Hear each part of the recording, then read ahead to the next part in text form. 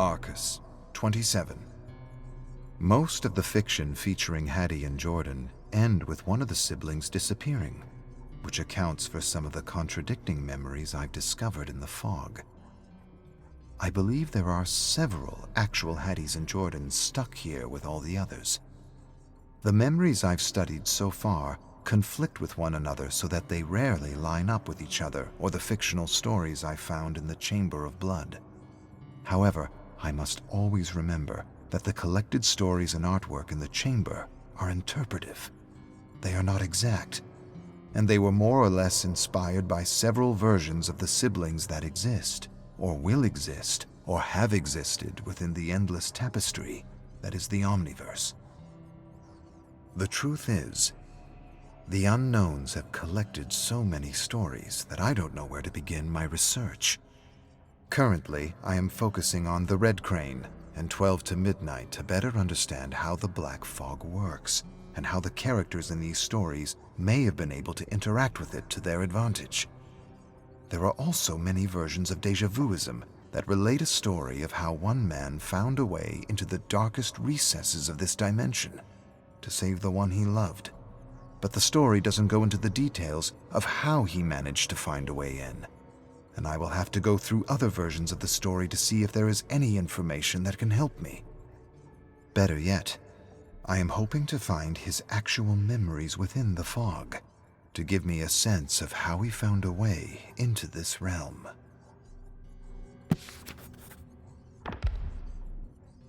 Chamber of Blood, Day of Night, Mahan Singh, 1. Mahan Singh spent 17 years amassing a fortune for his estranged niece by leading mercenary missions all over the world for Leviathan Securities. A decorated soldier in the Indian Army, Mahan was discharged after 13 years of service for disobeying orders while on assignment for the United Nations. Shortly afterward, he joined Leviathan and found himself on a series of strange assignments that involved securing haunted locations and procuring strange artifacts of an occult nature. Locations and artifacts that seemed worthless, but were of grave importance to governments and organizations for some reason or another. Mahan didn't know what to make of it. To him, it all felt like a kind of invisible war between secret societies that were somehow able to use governments and corporations like pieces on a chessboard for a bunch of old, moldy books and geometric trinkets from forgotten civilizations. Now Mahan was pinned behind a crumbling wall in a village in the outskirts of Nairobi, Kenya, with his fallen units scattered in pieces all over the surrounding dirt roads. He had been fighting all day against different units and was fresh out of luck and ammunition. "There's no way out of here," he told himself. "I've got no support, no ammunition, no luck." "Why do you need luck when you have a weapon and your wits? You've been in worse situations and survived. Think you were beaten, and you were beaten. I am beaten. You are almost beaten, and that's not the same thing." Suddenly, Mahan heard the surrounding mercenaries yelling at one another in Russian. They were planning an attack and coordinating with one another. He peeked around the corner, then ducked fast as several rounds punched holes into the wall, sending clouds of dust and stone into the air. He cursed in Punjabi, grabbed his automatic rifle, then craned his head ever so slightly to see fast-moving silhouettes against the full moon closing in on his position. Quickly, he crawled into a nearby home and hid the asset, the ancient scroll, underneath several corpses of British agents he had killed just before the Russians had decided to join their party. Then he hid in the shadows, holding his rifle by the barrel, refusing to die without a fight. "They probably all work for the Collector," he told himself. "Crazy rich man with too much time and money on his hands. Shaw just wants to make sure he gets the scroll before another eccentric billionaire beats him to it. And from where does this prize come? It supposedly comes from a lost elder civilization with advanced and forbidden knowledge. Nonsense, all of it. A bunch of ancient stories about pagan priests and barbaric rituals and cosmic deities told around a campfire. Ancient sci-fi at best." Taking a deep breath, Mahan heard their almost inaudible footfalls before he saw them. His eyes narrowed, and his face hardened as two mercs entered the moonlit doorway. With a groan, he launched himself into the air, smashing the butt of his rifle against one head and then the other. Both mercs collapsed to the ground, unconscious.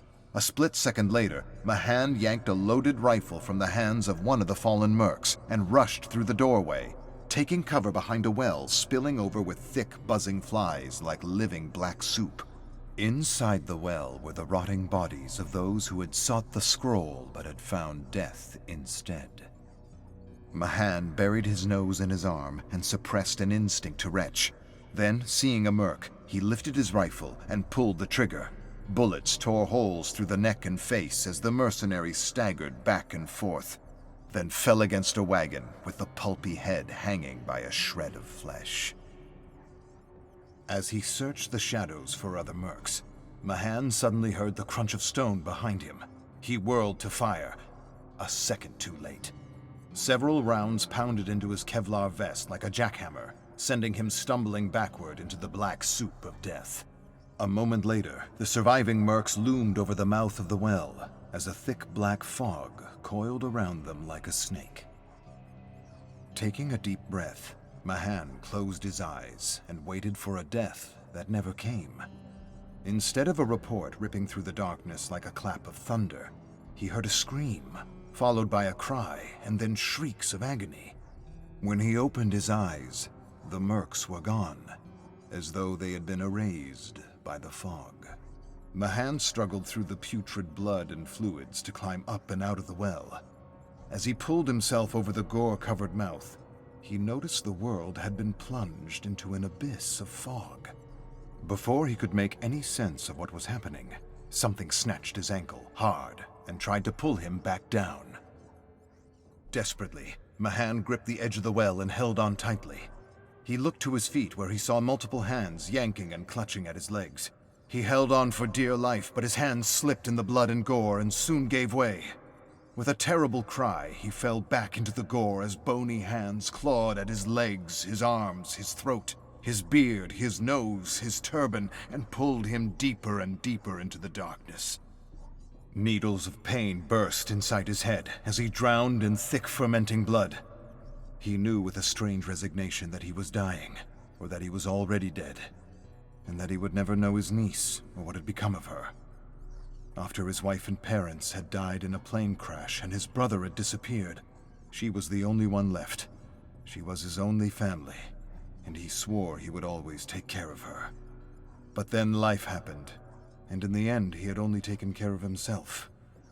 He had lived a lonely, selfish life, counter to his upbringing and his beliefs.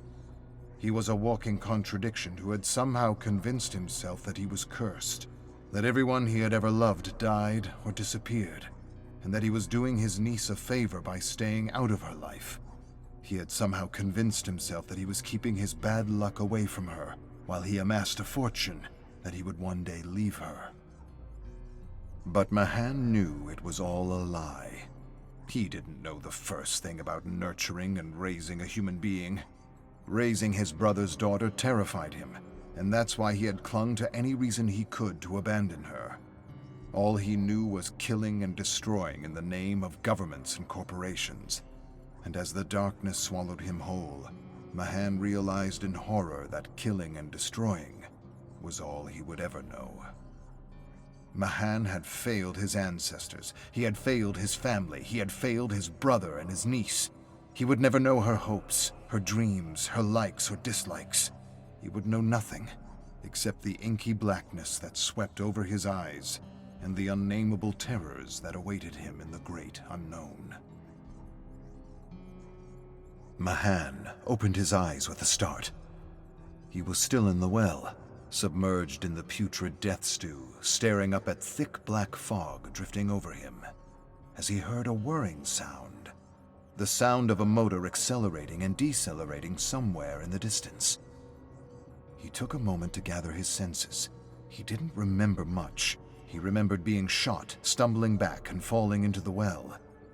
Everything after that moment felt like a nightmare that had been inspired by one of his father's stories. The one where unarmed, peaceful protesters were shot dead and stuffed into a well, and left to rot in the blistering Punjab heat. With a painful groan, Mahan reached out with trembling hands to a jutting rock, and with difficulty pulled himself free from the gore. Rock by rock, he climbed his way up the festering throat of the well and finally pulled himself over the mouth and into the thick black fog. A cry sounded over the incessant whir of the machine, and Mahan quickly realized he wasn't in Kenya anymore. He stood and took in his surroundings. There were strange structures like factories submerged in the fog. Scattered around the structures were piles of clothes and bodies set ablaze. Above in the pale red sky, crows circled and cawed, adding to the oppressive cacophony. "Help, please." Mahan heard a woman crying for help coming from a bank of fog. Snapping out of his daze, he extended his hands and waved a tunnel through the fog, searching for the source of the sound. "Help, someone, please." The disembodied voice reached him again, and she somehow seemed close and far at the same time. He froze to listen carefully, but all he could hear was the incessant whirring of the motor accelerating and decelerating. "Help." There it was again. He moved left, then right, and finally he reached a woman in pilot fatigues, stuck in a trap of twisted barbed wire. Without a word, he pulled the metal thorns out of her legs as she winced and squirmed in pain with every movement. "I don't know what happened or how I ended up here." Her voice trailed away, and she seemed bewildered. "What's the last thing you remember?" Mahan asked as he struggled with the barbed wire. The pilot stumbled back and answered with intermittent groans as she nursed her wounds. "I was on patrol, soaring through clear blue skies, when this black cloud suddenly appeared, and then the plane began to shake and break apart, and I don't know. I was here." A sudden click, and they both turned wide-eyed to face the barrel of a rifle. Behind the rifle, a man in black fatigues appraised them. "Who the fuck are you two?" Mahan raised a hand. "Wait, careful. We're not a threat. We're just as confused as you." "Who are you and what are you doing in Texas? Are you CIA? Is this some kind of test?" Mahan gritted his teeth. "This ain't a test, and I'm pretty sure this ain't Texas." "Who are you?" The agent shoved his rifle in Mahan's face. But before Mahan could answer, a Japanese woman in a black and red kimono emerged from the fog, unsheathing a katana with a high-pitched ring. She yelled at them in Japanese, and Mahan extended a calming hand to her. "Please, put the sword down." He then turned to the agent. "Please, put the gun down. Let's figure this out." "Who are you?" the agent yelled, pushing the muzzle in Mahan's face. "I won't ask again." "I can tell you who I am, but that's not the question, is it?" "Yeah. What's the question, then?" "Where?" Mahan said flatly, motioning to the destroyed factories, the craters, and the smoldering piles of trash and bodies. "I should think the question is, where? Where are we?" Another voice came from behind. "He's right, you know." Mahan turned to watch a man with a police jacket emerge from the fog. "We're still trying to figure that one out. But right now, we should all be asking, how?" "How?" Mahan repeated. "Yes," the detective said. "How much time do we have before the horror finds—" Before he could finish his sentence, a shriek, followed by a high-pitched whine, startled them. A moment later, a mass of melded humanity and machine came at them. Mahan could make out several heads, all shrieking battle cries in different languages, attached to a patchwork of charred scraps from missiles, tanks, fighter jets, and nuclear submarines, all bearing flags and strange logos of brands from different periods he vaguely remembered. He stared at this monstrous chimera in shock, and wasn't quite sure what he was looking at. The horror, he called it, looks more like the embodiment of war. Sponsored war. Mahan swallowed a thickness growing in his throat as the horror rushed the stunned agent and tore his head off, swallowing the terrified face and dripping neck like a ripe cherry. Then its ghastly mouth opened wide, and a stream of fire torched the jerking headless corpse as it collapsed into a heap of industrial garbage. Not waiting to be next, the samurai lunged at the monstrosity, and with incredible speed and precision, cut it to pieces. Then all of them watched in disbelief as the pieces of flesh and metal slowly disintegrated into the living fog. The detective sighed. "It will be back," he said, appraising the samurai. 18th or 19th century, Red Crown clan. You're not the first. We could definitely use your skills here. The samurai sheathed her katana and grasped at the fog as though trying to capture pieces of it to study, as though she recognized it. Mahan approached the detective. "Where exactly is here?" But the detective didn't answer. He merely turned his back on them and walked away, saying, "Follow me, if you want to escape." Mahan took in a deep breath and gathered his senses. Then he took to his heels and followed the detective into the unknown with the samurai and the fighter pilot in tow. Mahan followed the detective through a labyrinth of bombed-out factories and mountains of garbage set ablaze. At the center of this industrial hell was a giant machine with hooks and cameras and television screens of every possible brand and size, broadcasting moments of Mahan's life, as though his brain was a Wi-Fi signal that could stream his memories, his darkest memories. And not just his memories, but the memories of the samurai, the pilot, and the detective. It was as though they had been selected by some unnameable and incompressible intelligence for mere entertainment. The detective stopped when he reached what seemed to be a submarine hatch, surrounded by a pile of smoldering trash and mangled, charred bodies.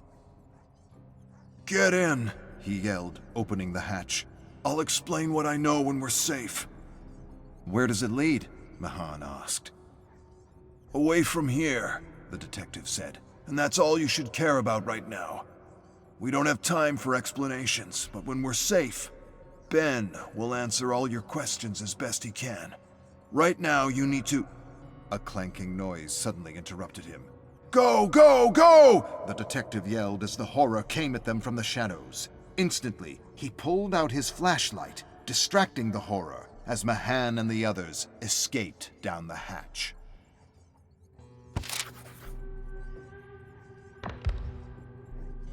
Arcus, 34. There are countless horror stories about mist or fog in the chamber, and not all of them are related to the entity. The unknowns have done an adequate job at separating the relevant from the irrelevant stories, making my research on what others have written about this place and experience easier to conduct. What is it about the fog, and not just black fog, that has inspired so many stories throughout the Omniverse? Chamber of Blood, 12 to midnight, Dark Age to come. The sound of a bottle clanging against the ground greeted Hattie as she entered the half-burned building that had gone up in flames nearly a week ago.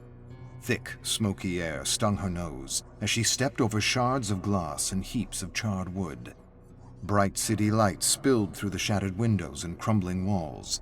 Carefully, Hattie picked her way across the floor toward the elevator, where she found the door leading to the stairs. A sign on the door warned her that the entire structure would be demolished in the morning. There's still time, she thought as she ascended the narrow stairs. I've got a few hours to convince Max that he's not crazy, that he's not losing his grip on reality, and that something is happening to our world, something only a few of us can see and feel. Hattie reached the last door at the top of the stairs and pushed her way onto the roof. There she spotted a man sitting on the ledge with thick, tangled hair and a weathered army jacket, drinking himself to oblivion as he stared out at the bright lights of the city. She approached him slowly, and he didn't react or even turn to regard her when she sat down beside him. She merely sat in silence, listening to the police sirens wail in the distance over the horns and the muffled music coming from the clubs and bars below. At last she said, "I thought I'd find you here." Max took a few swallows of rum. "I don't know you." "But I know you, Maxwell." "I don't care where you're from. I don't want to talk." "Yes, I can see that. You want to drink." "Perceptive," he said sarcastically, then extended the bottle toward her. "You're welcome to join." "No, thank you, Mr. Holt." "How do you know my name?" "I know much more about you, Max." "You CIA? FBI? "If I were, you'd already be dead," Hattie said. "You were an Olympic biathlon athlete. You were a soldier. Iraq, Syria, Afghanistan. You left the military after an incident, and after that you kind of pulled yourself off the grid." "You know how to use a search engine. You get a gold medal. Now leave me alone to my quiet time." Max raised the bottle and took another swig. Hattie narrowed her eyes and looked to the shadows on the roof beyond him. She couldn't see anything, but she could hear disembodied voices talking to him. She shut them out, then leaned closer to him. "I know you see and hear things others can't.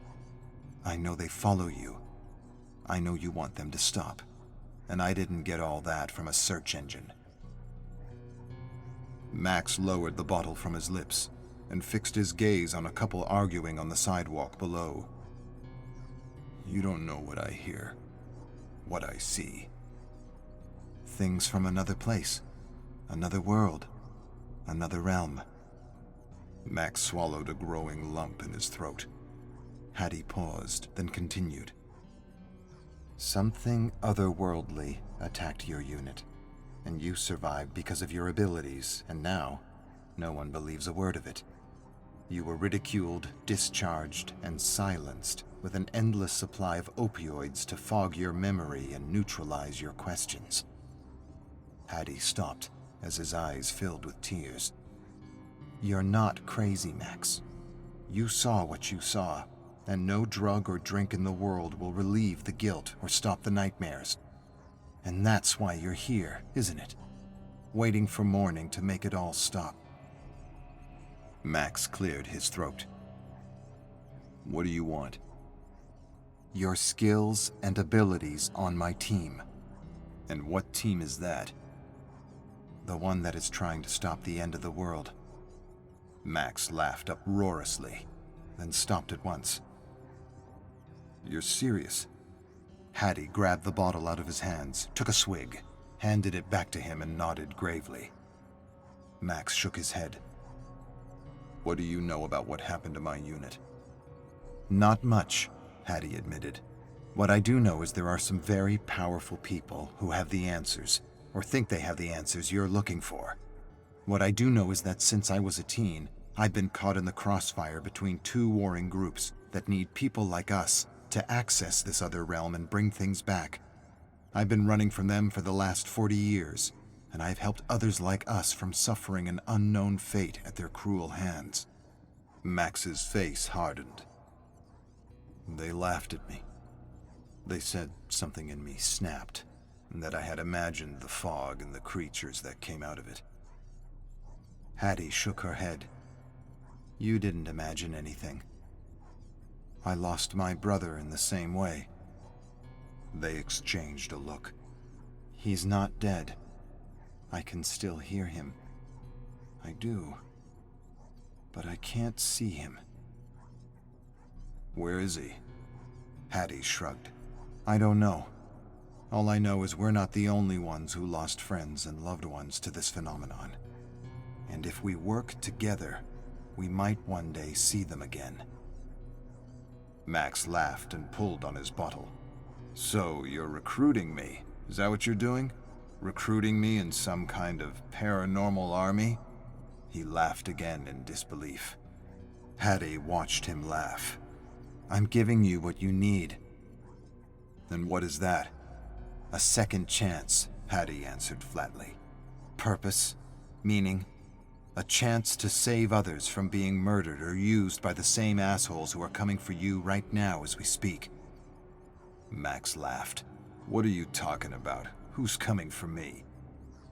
"I have a list." Hattie broke off abruptly.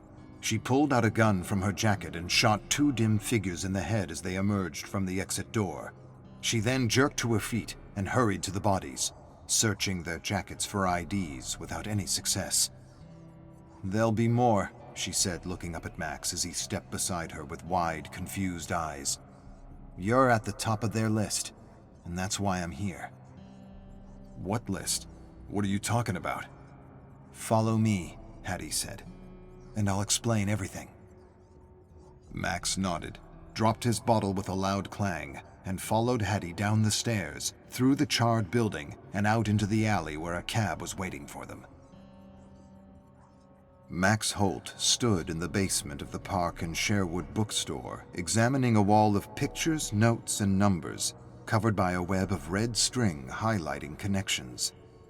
He narrowed his gaze on hundreds, if not thousands, of missing people from all over the world.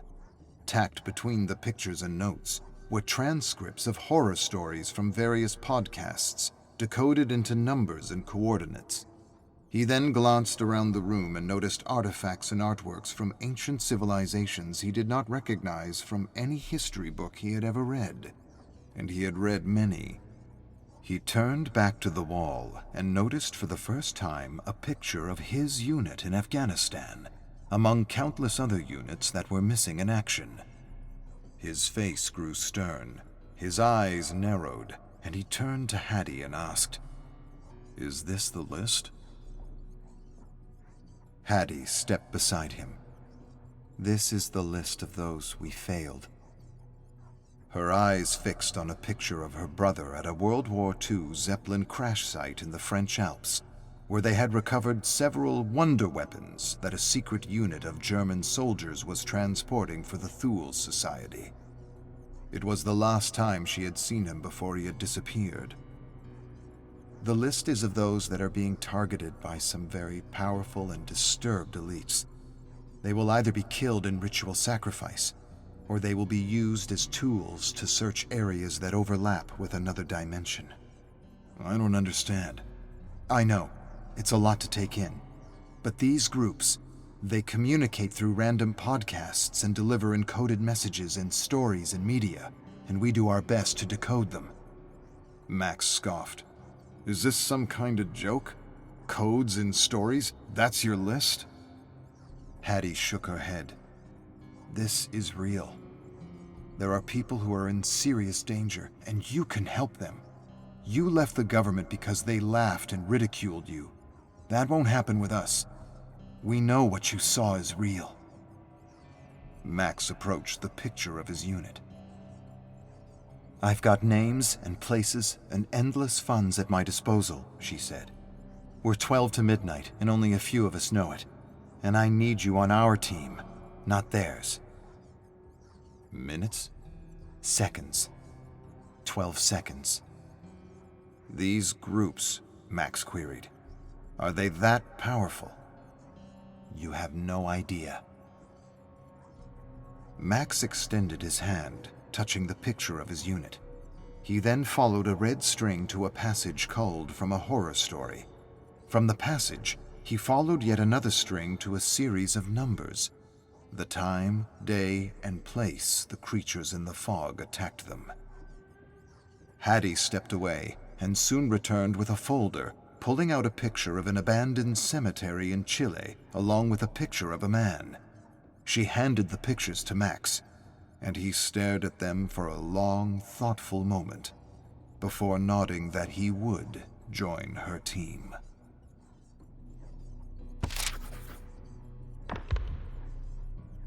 Chamber of Blood. Rabbits attack hiker in Colorado. A hiker is in critical condition after being bitten by a dozen rabbits that escaped the Ascendic Research Institute, an emergency responder said Friday. The hiker was bitten in the legs and face near Misty Lake, said National Park Ranger Steve Downer. The hiker's condition was unknown Friday, but doctors are optimistic. Chamber of Blood, The Red Crane, Veil of Blood, 1. Several paths led to the harbor where peasants and merchants had witnessed the strange appearance of a foreign ship. They discussed the ship and the arrival in the surrounding villages with mingled anger, fear, and curiosity.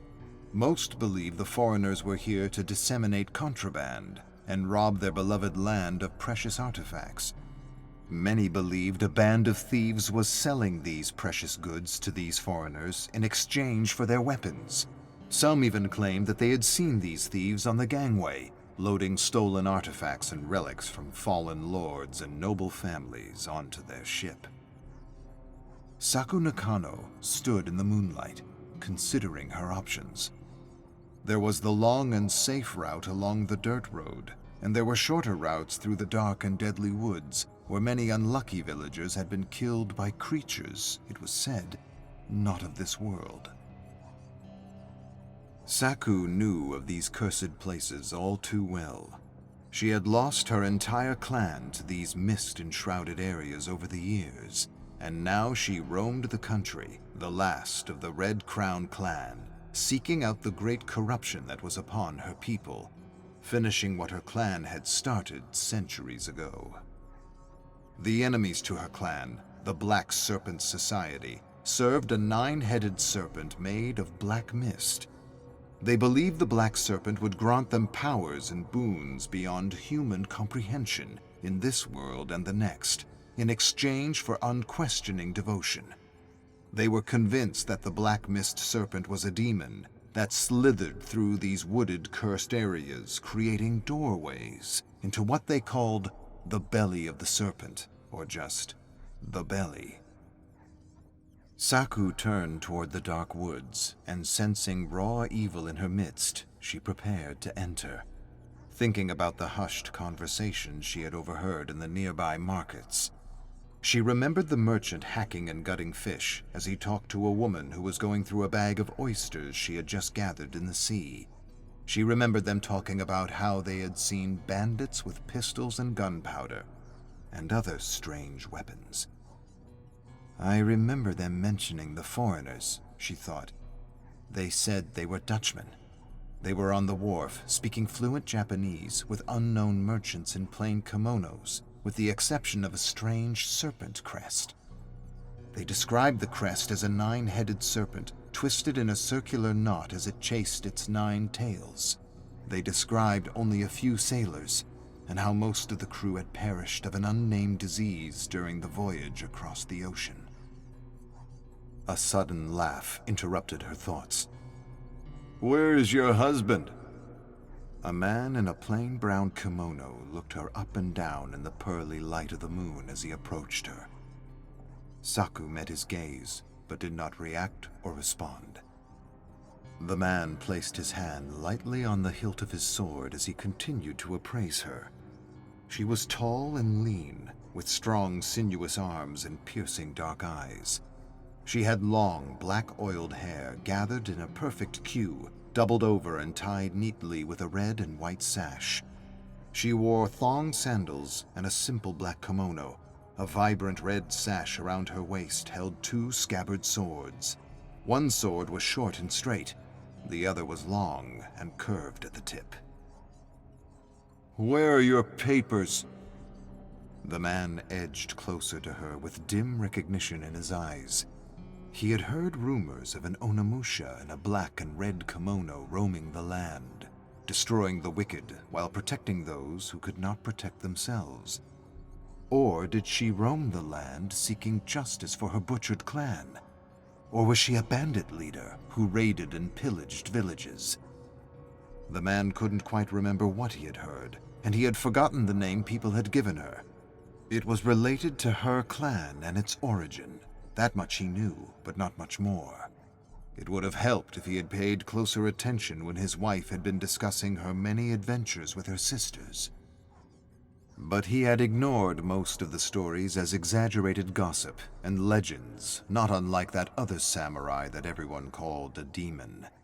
There was no such thing as a demon samurai, and there was certainly no such thing as a woman samurai that could perform all the feats the stories claimed she had performed. Saku breathed deeply and placed her hand near the hilt of her long sword. "Do you not see I am addressing you? Where are your papers? Answer me, With impossible speed, Saku whirled her sword in a gleaming silver arc, and the man's torso toppled off his hips, and a fountain of warm crimson fed the ground. The twisted mouth twitched as it sputtered bile and blood and tried to make out the words, "Red Crane." He had remembered, a moment too late. Returning her sword to its scabbard, Saku sighed and said an inward prayer for the brute. Then she stepped over his jerking torso and entered the belly of the serpent. With careful, silent steps, Saku pushed smoothly through the belly, paying close attention to the lurking black mist slithering through gnarled trees that seemed to shift and waver with her every step, as though to intimidate her. "Don't make a sound," she thought, stepping down a slope through noiseless shadows toward the sound of waves crashing against rocks. She was close to the wharf. She could smell the seaweed, fish, and salt in the air. There was also something else, a strange heaviness in the atmosphere. Staring up through the shaking canopy, she saw thick clouds marching across the sky. She sensed the floor moving and looked down to see her legs completely submerged in the creeping mist. A moment later, a branch cracked not 10 paces away, and she knew she wasn't alone anymore. Saku neither ran nor hid. She froze, closed her eyes, listening carefully for threats approaching through the black mist that heaved and moved as though it were alive. Saku knew she was somehow, as difficult as it was to explain, in 2 worlds at once. And she knew there were demons and monsters in the other world that hunted within these overlapping areas. Saku didn't know much about this other world. What she knew, she had learned from her mother and father.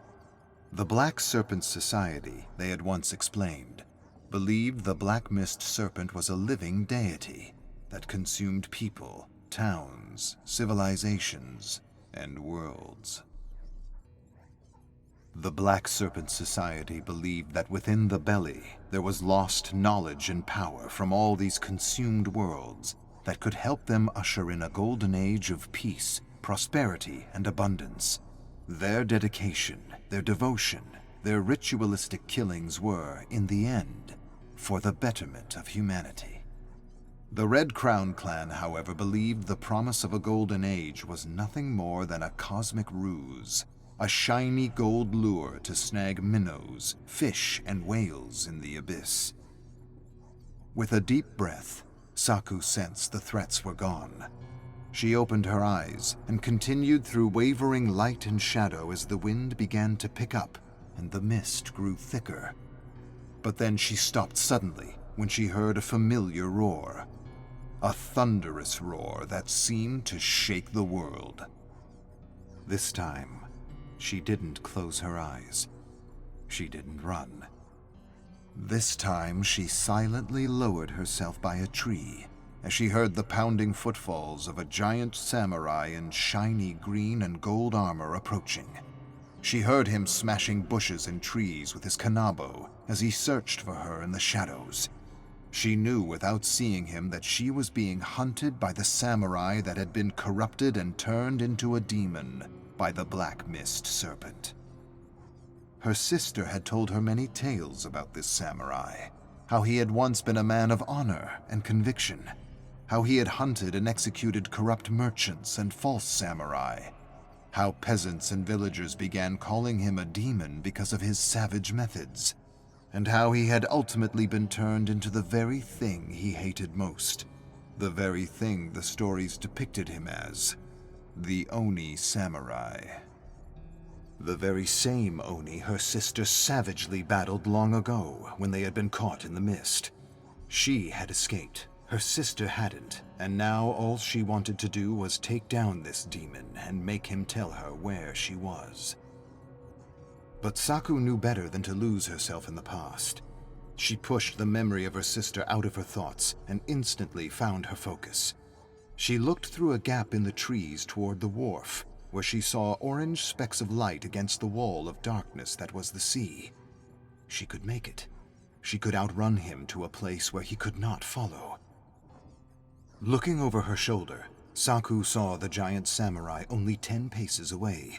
He was decked in shiny gold and green armor and carried around his back a massive leather bag dripping thick blood at the bottom. A few heads jutted out of the bag, and clouds of buzzing flies surrounded him. The Oni searched the trees and bramble and was now only 7 paces away. Unexpectedly, something jerked away from a bush, and he launched at the creature and smashed it with his kanabo, losing his bag in the attack. The bag fell, and dozens of heads rolled toward her. One head stopped at her feet and stared at her with wide-open eyes. Saku gasped as she suddenly realized she was staring at her own face. She fixed her gaze at the other heads in the mist and thought that they all seemed to resemble her, as though this demon samurai had already decapitated her countless times before. None of it made sense. Impossible, she thought. It cannot be, and yet it is. Have I fallen to the demon before? Are there others like me in the demon world that made him? But look, a scar. Saku observed the head at her feet and noticed a long scar on the side of her face. She instinctively felt her own cheek where the scar should have been. It was proof that this was someone else, though she could not deny the resemblance was uncanny. Saku swatted flies and reached for the head to get a closer look, but then she suddenly froze when she heard a terrifying roar not 5 paces behind her. In one fluid motion, she dove into a thicket as the kanabo missed its mark. Without a moment to spare, she scrambled to her feet and turned just in time to see a gore-covered kanabo with the crushed head of a rabbit coming down on her with devastating speed. Quickly, she sidestepped and withdrew her sword. An instant later, she slashed off the demon's arm with a roar of her own. But knowing the arm would grow back in the mist, she turned and charged away, desperately running for the beach. She had downed the demon before, but somehow it always managed to rise unscathed to continue the hunt. There was no defeating the demon. There was only one option: escape. As she rushed through the woods, she turned back to see the demon chasing after her. She pushed herself to run faster and faster, and just as the demon lunged at her again, she dove out of the mist through a break in the trees to a place he could not follow. The demon samurai stopped suddenly and watched her closely. Saku clambered to her feet, brushing off sand, seaweed, and salt. She turned to face the edge of the woods where she saw red glowing eyes fade into the night. Then she heard the crunch of rocks behind her, followed by a clicking sound. She turned slowly to face the barrel of a musket pistol glinting in the moonlight.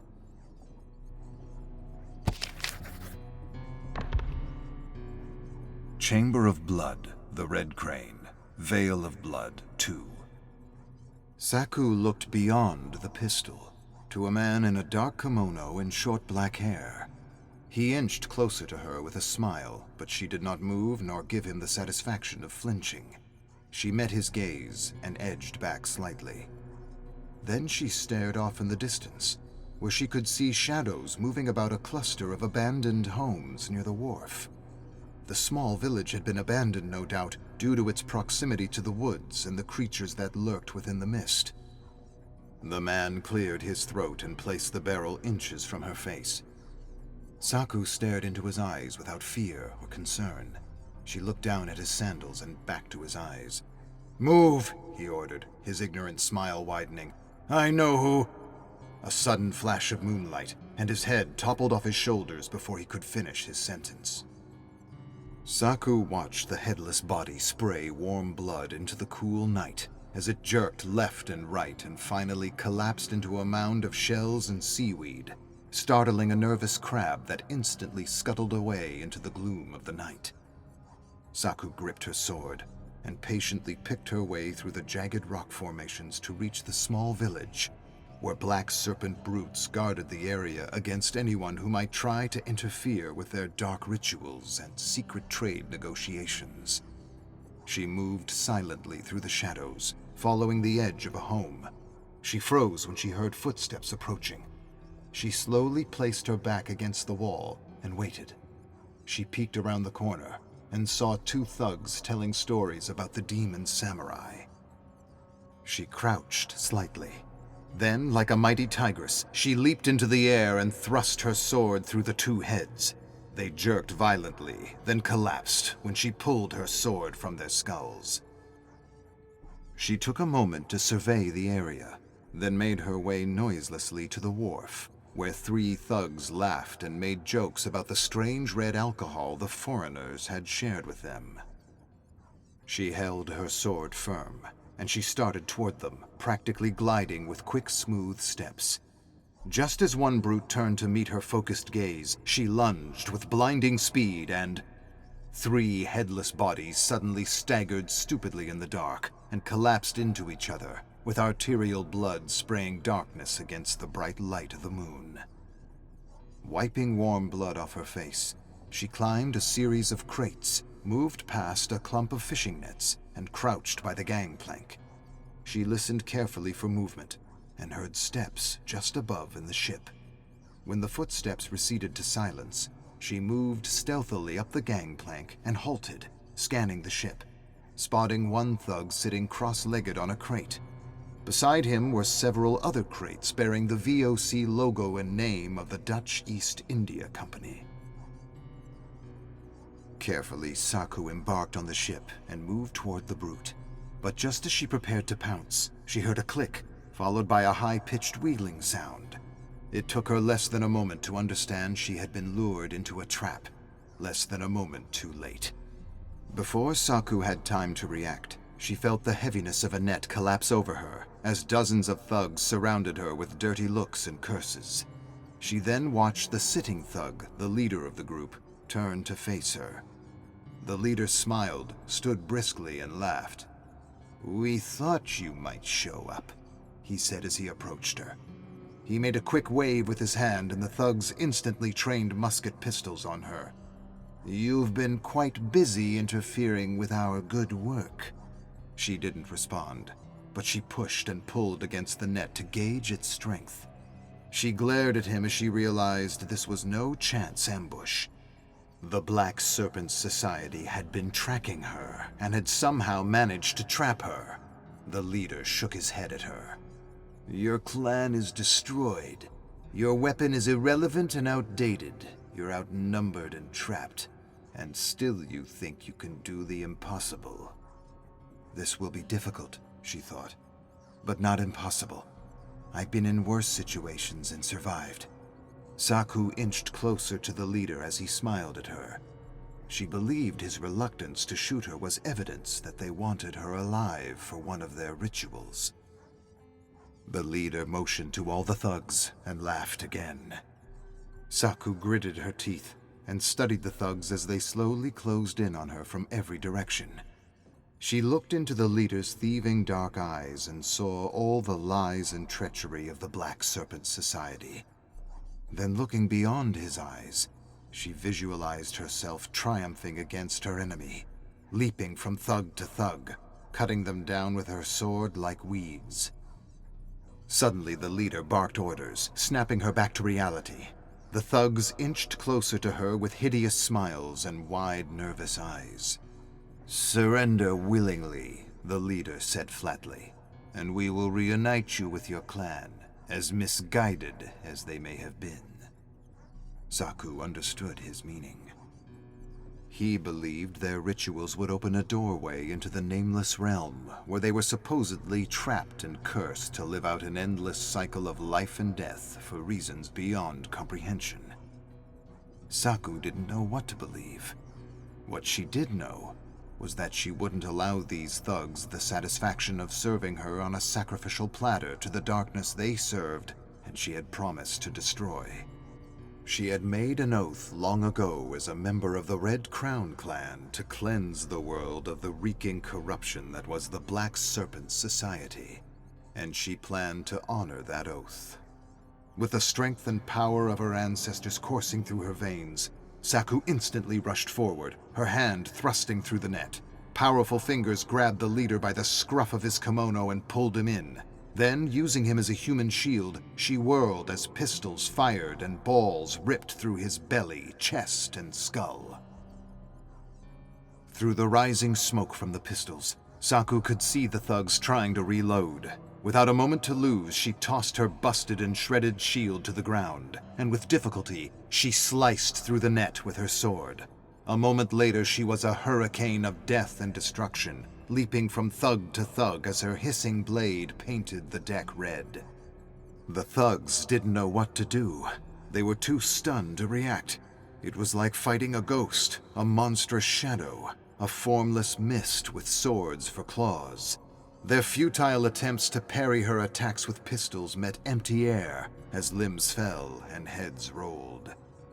It was a horrible nightmare, as if by some strange, ironic twist of fate, the Red Crane actually drew her power from the Black Mist Serpent, so that she was somehow a servant of the very darkness she had sworn to eliminate. When the last thug fell with a gasp, Saku found herself surrounded by blood and carnage. She took in the stench of gunpowder as her gaze slowly lowered to a thug groveling like a maggot. She had sliced his legs at the knees, and he was crawling away with nervous elbows that slipped with every move in the growing pool of blood. Wiping the gore off her face and kimono, she blocked his path and crouched to face him. The thug looked at her with widening eyes. A bleat of terror rose from his throat that rose to a shrill pitch as she raised her sword and ended his service to the Black Serpent Society.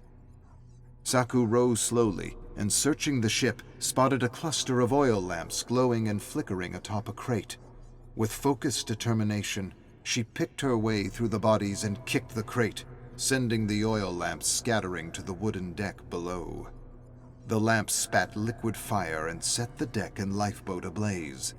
Then, walking away from the burning ship, Saku considered everything she had just experienced. Trapped. How did they know she was coming for them? How could she have taken the bait? How had she been lured so easily? Enough. Warriors do not waste time with what-ifs and what they should have or could have done. What matters now is the present and taking the next right step. Where to now? She couldn't think straight. Despite all her training, a flame of anger burst in Saku for her careless mistake. Yet she repressed her frustration and knew there was no use for it. Anger would only cloud her judgment and waste her time. She needed to keep her composure because her friends and family could not have perished in vain. Because she was the last of her clan. Because the Black Serpent Society had to be stopped. Because she was the hope of all those who believed she would end the darkness that was upon their land. Because she was the Red Crane. Arcus, 41. The mad designer sketches are preposterous, yet entertaining. I just went through hundreds of sketches of monsters and killers in tuxedos and golfing attire. Makes no sense. And yet I found myself pinning these absurd illustrations in my study. They have absolutely no value to my investigation, yet they made me smile, even laugh, and perhaps that's enough. Perhaps helping me forget the horrors of this place, even for just a moment, turns the absurdity of these designs into a kind of medicine. As much as I take offense to the complete disregard the mad designer has for these characters, I can't help but search the Chamber of Blood for more Emperor Dwight illustrations. They are, so far, my favorite. Arcus, 8542. The creatures move around the fog, watching me without attacking. They're waiting for the perfect moment, which will never come, for I have barricaded every door and window and practiced savage and efficient combat maneuvers with my 9-iron. I've caught glimpses of their forms, and they are ever changing, as though imitating all the monsters I've read about in my favorite stories, as though the fog itself were an extension of my dark imagination and fears. I'm calling these horrible things creatures of the fog.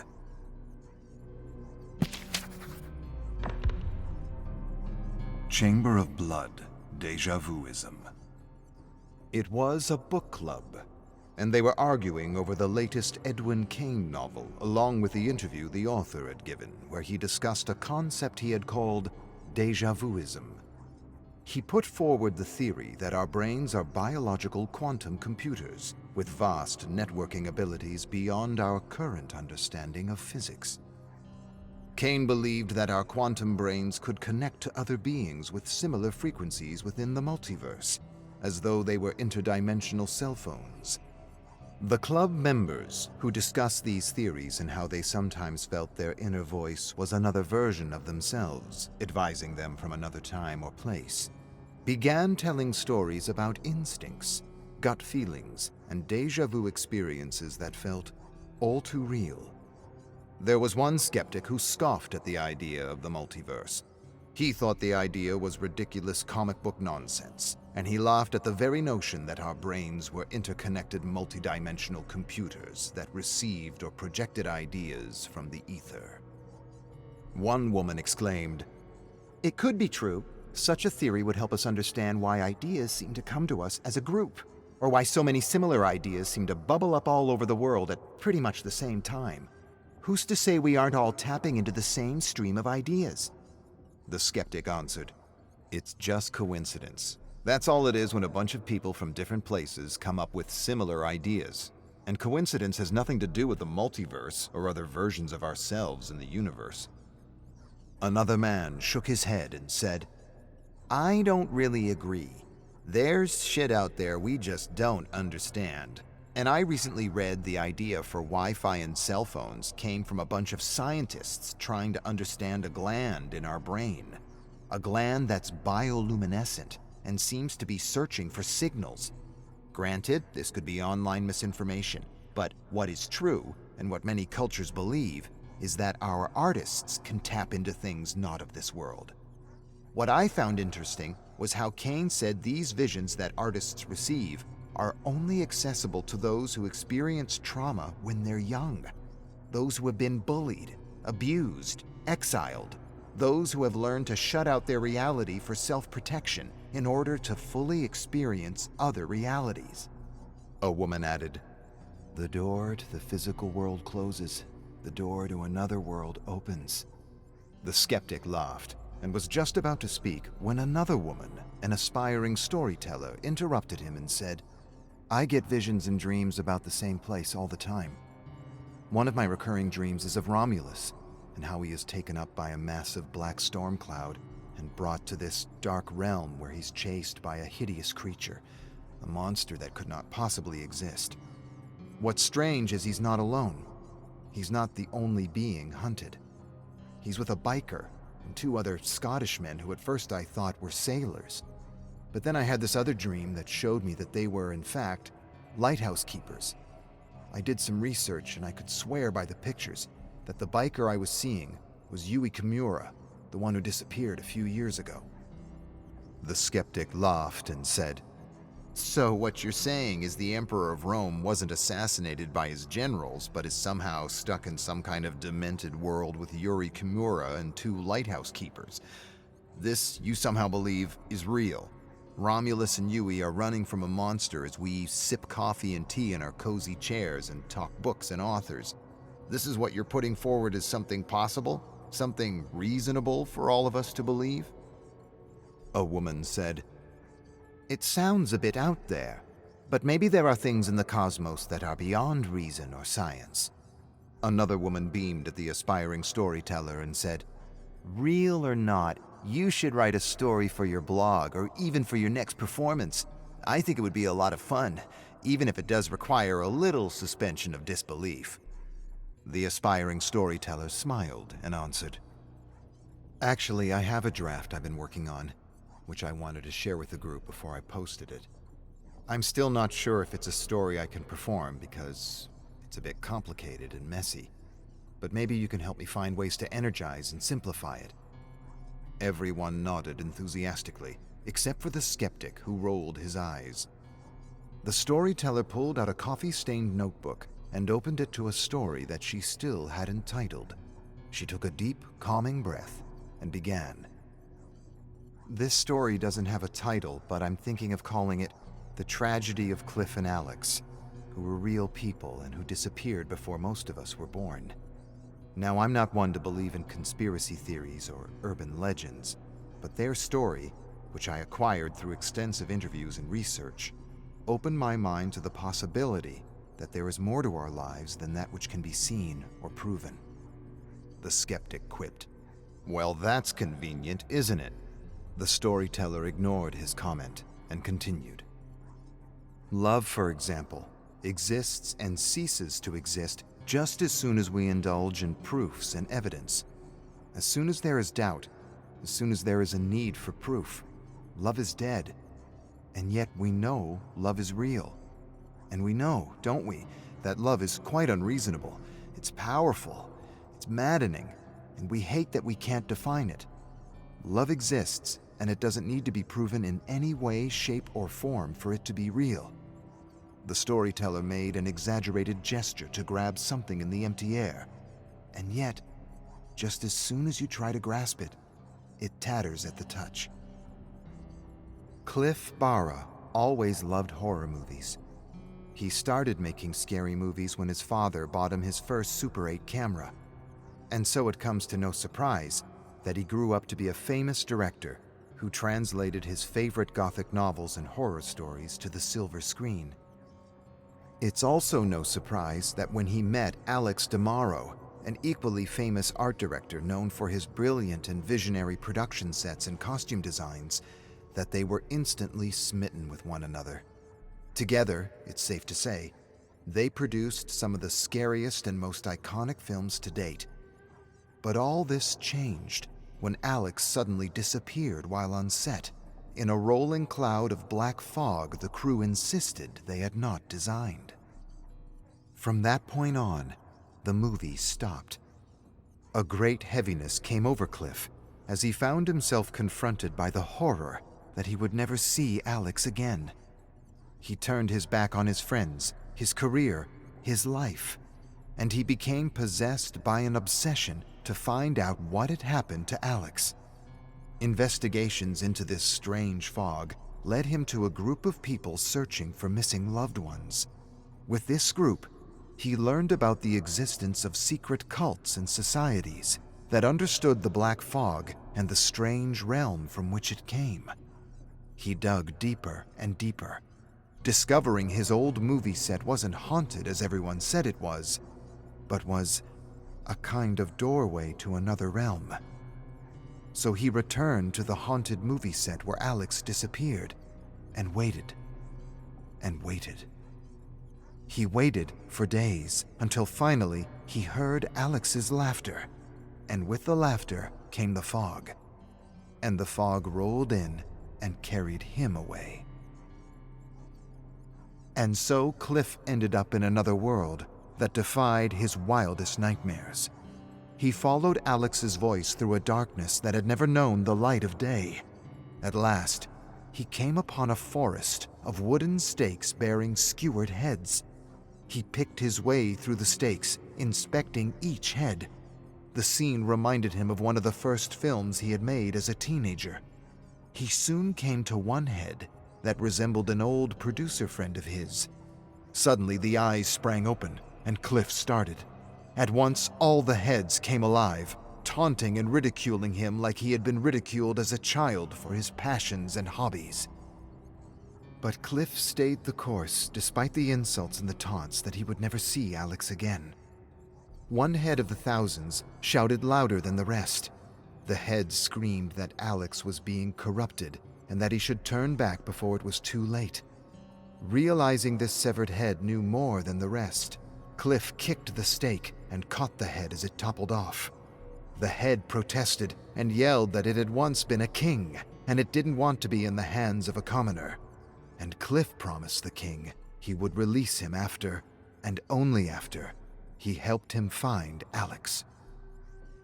Long story short, the head led Cliff to the edge of a massive gate that surrounded a town that resembled every production set Alex had ever designed for Cliff. Before he could take in the area, he suddenly heard Alex screaming in the distance. The king warned Cliff not to interfere with the process and explained that Alex was being twisted and tortured into a brutal, murdering monster for reasons they would never understand. But Cliff couldn't bear to hear Alex suffer. Every agonizing scream was a dagger in his heart, and so, dropping the head, he climbed over the gate and, unperturbed by the formless creatures moving in the fog, he followed the cries to the top of the castle he recognized from his Frankenstein film. Cliff charged up the winding stairs to the roof, where he found Alex, agonizing on a metal table as bolts of lightning struck him every few moments from a thick, black storm cloud. All around him in glass prisons, filled with formaldehyde, were all the monsters Alex had ever designed since he was a child. Cliff couldn't believe what he was seeing. It was as if this living nightmare were all a projection of their combined memories. Cliff didn't even try to understand what was happening or what he was experiencing. Without hesitation, he rushed up to Alex, not knowing what to do. In the shadows, he spotted an axe on the cobblestone floor and instantly grabbed it. Then, despite the deadly lightning, he pushed through the sizzling and sparking pain to smash the chains that bound Alex to the table. Alex opened his half-conscious eyes with difficulty. He barely recognized Cliff. Alex squinted with charred eyelids and managed to murmur words that made Cliff smile. Then Cliff hefted Alex over his shoulders and charged down the stairs and out into the thickening fog, where frantic, formless creatures did all they could to prevent them from escaping. Cliff kicked, punched, and charged through the fog, smashing through creatures, crows, and claws, everything and anything the world set against him. He remembered the king telling him something about a hatch. The hatch would somehow lead to freedom. Desperately, Cliff searched the ground as he heard a roar followed by a clap of thunder. Pounding steps chased him through the darkness. He didn't even bother to look back. He rushed forward until he saw it, the glint of metal by a crumbling gargoyle statue from one of his movies. He ran to the hatch, opened it, and lowered Alex to safety. Then, just as he was about to descend, something sharp like talons clutched his ankles and pulled him screaming into the raging fog. I'd like to say that it all worked out in the end, and that they lived happily ever after. But that's not the truth of this story. The truth is, Cliff took Alex's place at the torturer's table, and was turned into a perfect champion of horror with little or no memory of who he was, or how he ended up in this dark realm. And Alex, well, he ended up with a group of stranded souls who did whatever they could just to survive. But that's another story for another time. Suffice to say that love torments all, bringing the best and worst out of us when we least expect it. The storyteller finished, and everyone was silent and inward, thinking about what they had sacrificed for love and what they would sacrifice for love. But not the skeptic. No, the skeptic was turning the story over and over in his head, searching for issues. At last, he broke the silence, asking, "What happened to the head? The talking head? Cliff just drops the king's head and then you never hear about it again. It kinda makes the story incomplete." A woman blurted out, "Who cares about the damn head? It's a love story." The skeptic added, "Also, I don't think you can use tatters as a verb." The storyteller smiled and politely said, "I'm still working the story, and the ideas are still coming to me in my dreams. I've been logging them in my notebooks, and I'll reread the current version more critically to see if I need to do something else with the talking head. Another woman said, "All that horror, and for what? To end up twisted and tortured and turned into some abomination worse than anything he ever filmed? I feel so bad for him." A man said, "I don't. Not because I don't like him as a character, but because that's just the kind of things we do for love. The horrible and the beautiful. The bitter and the sweet. The euphoria and the madness." He lost himself in a memory for a moment. Love twists and torments. And I'm sure there's nothing that dark world can do to anyone that would surpass the torment of not knowing what had happened to a loved one. Or worse, the regret of knowing what had happened and not doing anything. Another man said, Well, I do hope you publish this story on your blog. I found it heartbreaking and terrifying. And I guess I'm wondering if you really think this is what happened to the real Cliff and Alex.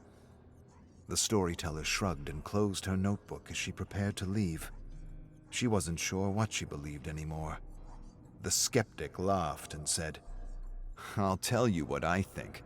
I think the real Cliff and Alex faked their disappearance to get out of the limelight, and they moved far, far away to some gorgeous exotic island where they're eating grapes, drinking margaritas, and living happily ever after." The man said, Well, I do hope you're right, and the story is just a story.